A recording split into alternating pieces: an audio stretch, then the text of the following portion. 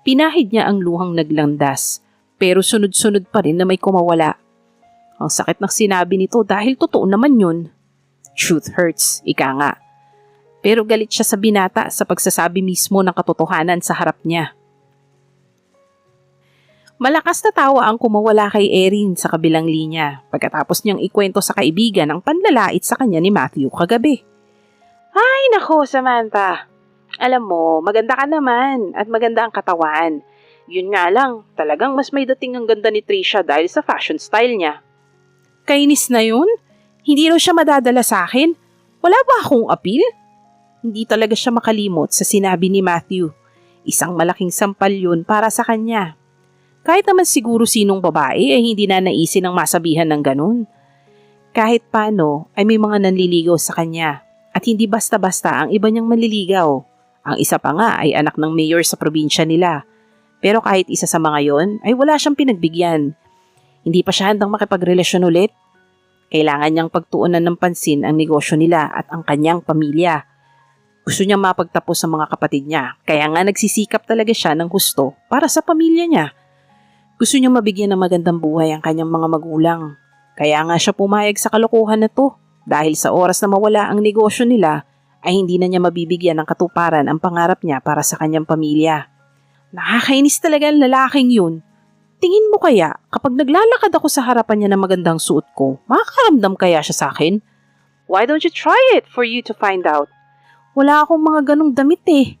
Ako nang bahala dyan. Kailangan na ipakita mo sa lalaking yan kung sino ang totoong Diyosa sa inyo ni Trisha. Mukhang retokada naman yun eh. Pagkatapos nilang mag-usap ni Erin ay lumabas siya ng silid. Samantha, iha, nasan ba si Matthew? Tanong ni Doña Catalina nang makita niya ito sa sala. Hindi ko po alam, Lola. Ang batang yan talaga. Pagpasensyahan mo na siya, iha. Nginitian niya lang ito. Naglakad sila patungo sa terrace. Iha, may ipapakiusap sana ako sa'yo. Wika ng matanda nang nasa terrace na sila. Hinawakan nito ang dalawa niyang kamay. Iha, sana mahalin mo ang apo ko. Gusto kita para sa kanya. He really needs someone like you. Gusto kong kapag nilisan ko ang mundong ito ay nasa maayos na kalagayan si Matthew. I want him to be happy. Hindi masaya ang naging kabataan niya. Sa edad niyang 29, ngayon ko lang nakita ang ningning sa mga mata niya at alam kong dahil yun sa'yo. Umaasa ang Donya na may pagmamahal sa pagitan nila ni Matthew and she felt kinda guilty about it. Magaling lang sigurong umarte si Matthew kaya napapakita nito ang ningning sa mga mata nito. Halos lumiyab nga ang apoy sa mata nito kagabi sa sobrang galit sa kanya. Pero inaamin niyang may mali naman siya doon. I-compare ba naman niya kay Alexander at binanggit pa niya ang nanay nitong nang iwan dito. Pero kinumpara rin naman siya nito kay Trisha kaya patas lang sila. Huwag po kayong mag-alala, Lola. Matthew will be fine. Just promise me, iha, na hindi mo siya iiwan. Lola, kung alam mo lang na hindi talaga kami mag-asawa. Nais sana niyang sabihin. Opo, mahina niyang tugon. Malawak ang ngiti ng matanda at mahigpit siyang niyakap. Salamat, iha. Kumalas ito mula sa pagkakayakap sa kanya. Gusto mo bang mamasyal o kaya mag-swimming ka? Papasamahan kita kay Diane. Nasabi na ba sa'yo ni Matthew na may resort kami? Talaga po? Hindi ba niya nasabi sa'yo kung ano ang mga negosyo namin? Umiling siya. Dismayadong napabuntong hininga ang matanda. Where is your wife? Tanong ni Albert kay Matthew. Pinsan niya ito na siyang namamahala sa kanilang resort, ang Catalina Resort. Naisipan niyang bisitahin uli ang resort. Oras na siguro para gampanan niya ang kanyang tungkulin. He was sitting on the beach table across from Albert. Nasa bahay, sagot niya. Paggising niya kanina ay nagtungo siya sa kanilang winery, Alvarez Lambanog Wine Manufacturer. ALWM is the largest lambanog manufacturer in the province of Batangas. Mayroon din silang coconut plantation. Ito ang mga negosyong hindi niya talaga gustong pamahalaanan. May sarili naman siyang negosyo, isang resto bar, kung saan kasosyo niya ang kanyang mga kaibigan. The Jade Resto Bar. Pero syempre, hindi naman niya gustong mapunta ang ari-arian ng kanyang lolo't lola sa iba, lalo na sa kapatid niyang si Alexander. Magkalimutan na, pero hinding-hindi niya yun mapapayagan. Si Dayan yun, di ba? Sino kasama niya? Guest? Sabi ni Albert habang nakatingin sa may likuran niya. Nilingon niya to. His eyes were squinting. Nakita niya nga si Dayan na naglalakad sa dalampasigan kasama si Samantha. Isang white floral dress ang suot nito. Dilaw na bulaklak ang disenyo sa damit nito. Tinatangay ng hangin ang mahabang buhok ng dalaga. Malapad itong nakangiti habang nakatingin sa tanawin. She's gorgeous, bro. I think I should meet her. Kunot noong binalingan ni Matthew si Albert. She's my wife. Pinagdiinan pa nito ang salitang wife. Nagulat si Albert sa sinabi niya. Your wife? Wika nito at muling tiningnan ang kinaroroonan ni Samantha. Tumayo naman si Albert. I wanna meet her. Anito at iniwan na siya. Patakbo pa itong lumapit papunta kay Samantha. Agad siyang tumayo at sumunod sa pinsan. Tumingin si Samantha sa direksyon niya nang ituro siya ni Albert. Nakita niyang nagkamay ang dalawa. Bakit andito ka? Tanong niya, hustong makalapit siya. Hindi siya nito pinansin o tapunan man lang ng sulyap. Kay Albert lang ito nakatingin at ang lapad ng ngiti. So, you're really my cousin's wife, huh? Untag ni Albert. Sad to say, yes. No choice eh. Tumawa si Albert. Marahang napabugan naman ng hangin si Matthew. Mukhang galit sa kanya si Samantha dahil hindi talaga siya magawang sulyapan. Hey, Matthew! Noon naman may lumapit na dalawang babae. Nakatupis ang mga ito. Kumapit pa sa magkabilang braso niya ang dalawa. Mga guest ito ng resort at pawang mga banyaga. We're glad that you're here again. We had really enjoyed your company last night, said the woman with the fair hair. Alika na nga, Dayan. Ang init masyado. Nakakapag-init ng ulo. Samantha walked out. Halos hilahin nito palayo si Dayan. Lagot ka, pinsan. Mukhang LQ kayo at nadagdagan pa. Komento ni Albert. Excuse me, ladies. I'm very sorry, but I think you have to keep your distance from me. That gorgeous woman is my lovely wife, and you wouldn't want her to get mad. Inalis niya ang kamay ng dalawa na nakakapit sa braso niya, saka hinila palayo si Albert. Nakilala niya ang dalawang babae kagabi nang magtungo siya rito para magpalipas ng oras. Lumapit sa kanya habang nakahiga siya sa beach chair kagabi at umiinom mag-isa. Nang magpakilala ang dalawa ay agad rin siyang nagpaalam. Hindi siya interesado at hindi niya mawari kung bakit. Parang dati naman kasi sa tuwing may lalapit sa kanya ay talagang pinapatulan niya at mauuwi sila sa kama. Sa lahat ng babae mong nakilala ko, si Samantha na yata ang masasabi kong high quality. Komento ni Albert habang naglalakad sila. Hindi ko siya babae, kundi asawa ko. Pagtatama ni Matthew. She is simple, yet gorgeous, unlike your previous girls. He agreed with Albert. Ibang-iba talaga si Samantha sa lahat ng nakilala niya. Parang hindi marunong magpa-impress. She can get attention without putting any effort. Okay, he lied when he said that he wasn't affected when he kissed her. Nang pagbuksan niya ito ng pinto ng sasakyan at magkalapit ang mukha nila, ay hindi niya napigilan na halikan ito. Sinabi niyang hindi siya naapektuhan dito para na rin maging komportable sa kanya si Samantha. Pero ang totoo ay apektado siya. Nagsisisi rin siya ng pagsalitaan niya ito kagabi. Nasobrahan siya dun. He doesn't want to sound rude and conceited. Hindi rin niya gustong ipamukha rito ang pang-iiwan dito ni Alexander. Uminit lang ang ulo niya bigla nang tanungin nito sa kanya si Alexander. Idagdag pa ang pagkukumpara sa kanya ng kanyang lola sa kakambal niya. He wanted to apologize, but he didn't know how. Pinagmasdan ni Samantha ang katawan sa body-length mirror. Isang puting tuwalya lang ang nakapaikot sa kanyang katawan habang basang-basa pa ang buhok niya. Hindi ba talaga siya nakakadala? 36-24-36 was supposed to be the perfect woman's vital statistics. 34-24-36 ang vital stats niya at ang height niya ay 5 feet 5 inches. Wala siyang bilbil. Her size was fine to her. Maganda rin naman siya. Pero wala kang dating kay Matthew. Paalala ng isang bahagi ng isip niya. Bakit pa siya apektado?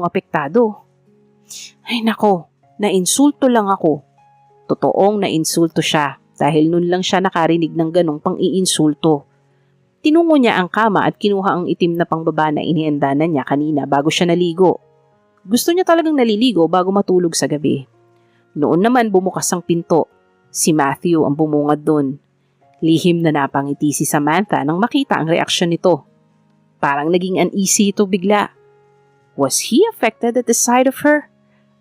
Babalik na lang ako. No, it's okay. Pagbibihis na rin ako. Hindi ka naman naaapektuhan sa akin, di ba? Pinagdiinan pa niya ang salitang naaapektuhan. Are you going to sleep na? Wika pa niya saka tumalikod at muling humarap sa salamin. Napangiti si Samantha nang may kalokohang naisip. Gusto sana kitang makausap, sabi ni Matthew. Narinig niya ang pagsara ng pinto. Mula sa salamin ay nakita niya itong lumapit sa tabi niya. Umupo ito sa gilid ng kama sa likod niya. Anong pag-uusapan natin? Yung nasabi ko kagabi. I'm sorry, hindi ko sinasadya. Umuklo si Samantha para isuot ang pang-ibabang kasuotan. She made sure she had given him a great view. Malapad siyang napangiti nang makita niya kung paano manglaki ang mata ni Matthew. Alam niyang sa posisyon niyang ito ay kahit sino ay madadala. Kahibangan ng ginagawa niya, pero gusto niyang ipamukha sa lalaki na may appeal siya. Humarap siya kay Matthew. Pinakatitigan niya ito sa mata. Dahan-dahan siyang naglakad palapit dito, dahilan para maging magkalapit ang mukha nila. Inilapit niya ang mukha sa gilid ng mukha ni Matthew. Rinig na rinig niya ang mabilis itong paghinga. What are you doing? Wika nitong tanong. Inabot niya ang kanyang pang-itaas na kasuotan sa likod nito saka tumuwid ng tayo. Kinuha ko lang ang isusuot ko. Pinaikot-ikot pa niya yon sa harapan nito. Muli siyang tumalikod. Kinalas niya ang pagkakakapit ng tuwalya dahilan para lumuwag yun. Hinayaan niyang bumagsak ang likod ng tuwalya hanggang bewang niya habang kip-kip niya yon para hindi malantad ang katawan niya. Hinawi niya ang buhok at isinabit sa balikat. Kaya mas makikita ni Matthew ang maputing likod niya. My God! Saad ni Matthew. I'll just get back to you after 10 minutes. Siguro naman nakapagbihis ka na nun. Tumayo ito at mabilis na lumabas ng silid. Humagalpak naman ng tawa si Samantha. Tuluyan niyang ibinagsak sa sahig ang tuwalya at lumantad ang maganda niyang katawan. You were affected, Mr. Matthew Alvarez. May appeal ako at ipapakita ko yun sa'yo. Nagtungo si Matthew sa patio. Kinuha niya ang cellphone mula sa bulsa at agad na tinipa ang numero ng kaibigang si Liam. Hello, Liam. Bungad niya nang sagutin nito ang cellphone. Sandali lang, pare. Sigaw nito sa kabilang linya. Maingay ang background. Nasa resto bar ito panigurado. Isa si Liam sa kasosyo niya sa negosyo. Bali, 6 silang may-ari ng resto bar. Napatawag ka? Untag nito. Wala na siyang naririnig na ingay. Marahil ay lumabas ito. Kainis Liam, she's a tease. Palatak niya. Who? Si Samantha. He replied. Oh, your brother's girlfriend. Ex, he countered. Alam nito ang tungkol sa plano niya. Naroon din naman kasi ang mga kaibigan niya sa araw ng kasal niya. Nakita ng mga ito kung paano sirain ni Samantha ang kasal nila ni Trisha. Kaya nang sabihin ni Samantha ang pangalan ni Alexander, ay alam na agad niyang napagkamalan siya nito. Nasabi niya sa mga kaibigan niya ang plano niya. Sinabi mo na ba sa kanya ang tungkol sa kakambal mo? Tanong nito. Hindi niya kailangang malaman. Bakit hindi? Matthew, malay mo naman kapag nalaman niya ang totoo, baka magkaroon ng second chance ang dalawa. No, Liam, hindi ka maayos kausap. Tumawa ang kaibigan sa kabilang linya. Ginagawa mo yan para makuha mo na ang mana mo. Ayaw mo na mapunta ang lahat kay Alexander, kaya mo yan ginagawa, di ba? But it seems like your plan had changed, huh? O di kaya ay, yan na talaga ang plano mo simula pa lang. Ang agawin ng girlfriend ng kapatid mo. What are you talking about? Wala na akong pagpipilian. Si Samantha ang perfect na maging asawa ko. Magugustuhan siya ni Lola at hindi nga ako nagkamali nang ipakilala ko siya kay Lola. Yun lang ba talaga? Yun lang. Sige na. Hindi na niya inantay pang sumagot si Liam. Ini-off na niya ang telepono at ibinaba diretsyo sa bulsa. Napatingala siya habang ang dalawang kamay ay nasa magkabilang muka. Napailing siya pagkuwan. Humiga siya sa lanay chair at inunan ang isang braso. Matthew is not a type of man na gugustuhing magpatali. Long-time girlfriend niya si Trisha, or mas tamang sabihing long-time fling. 3 years to be exact. Sa lahat ng naging babae niya, si Trisha ang masasabi niyang pinakagusto niya. Physical appearance ay talagang perpekto ito at kahit sinong lalaki ay kaiinggitan siya. Sa ugali naman ay ayos lang naman din ito.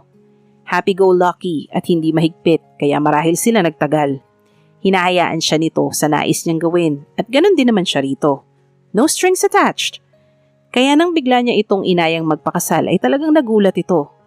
Yun raw ang isang bagay na hindi niya inaasahan dahil napaka-imposibleng bagay nun. Agad-agad itong pumayag na hindi man lang siya tinatanong kung bakit bigla siyang nag-aya ng kasal na ipinagpasalamat naman niya dahil hindi rin niya alam kung ano ang sasabihin dito. Nagulat din siya kung bakit ito pumayag ng ganun kadali pero hindi na siya nagtanong pa. Ang mahalaga sa kanya ay ang makasal katulad ng gusto ng kanyang lola. Hindi na niya naisip ang consequences pagkatapos. Pero napaisip siya bigla dahil sa ginawa ni Samantha para pigilan ang kasal niya. Iniligtas siya nito sa isang bagay na hindi naman talaga siya sigurado kung gusto ba niya. Hindi nga niya ipinaalam sa kanyang lola na ikakasal siya. Sinabi niya lang niya sa lola niya nung araw mismo ng kasal niya. Alam niya kasing hindi magugustuhan ng kanyang lola si Trisha. Laging ipinapaalala sa kanya ng matanda na dapat ang mapapangasawa niya ay isang family-oriented at hindi takot magkaanak ng marami. Alam niyang hindi ganun si Trisha at alam niyang hindi magugustuhan ng kanyang lola ang nobya. Kaya naisip niyang ipakilala ito sa oras na makasal na sila para hindi na ito makakontra pa. Pero si Samantha, alam niya magugustuhan ito ng kanyang lola at hindi nga siya nagkamali. Tumambay muna siya sa patio ng ilang minuto bago bumalik ng silid. Tulog na si Samantha.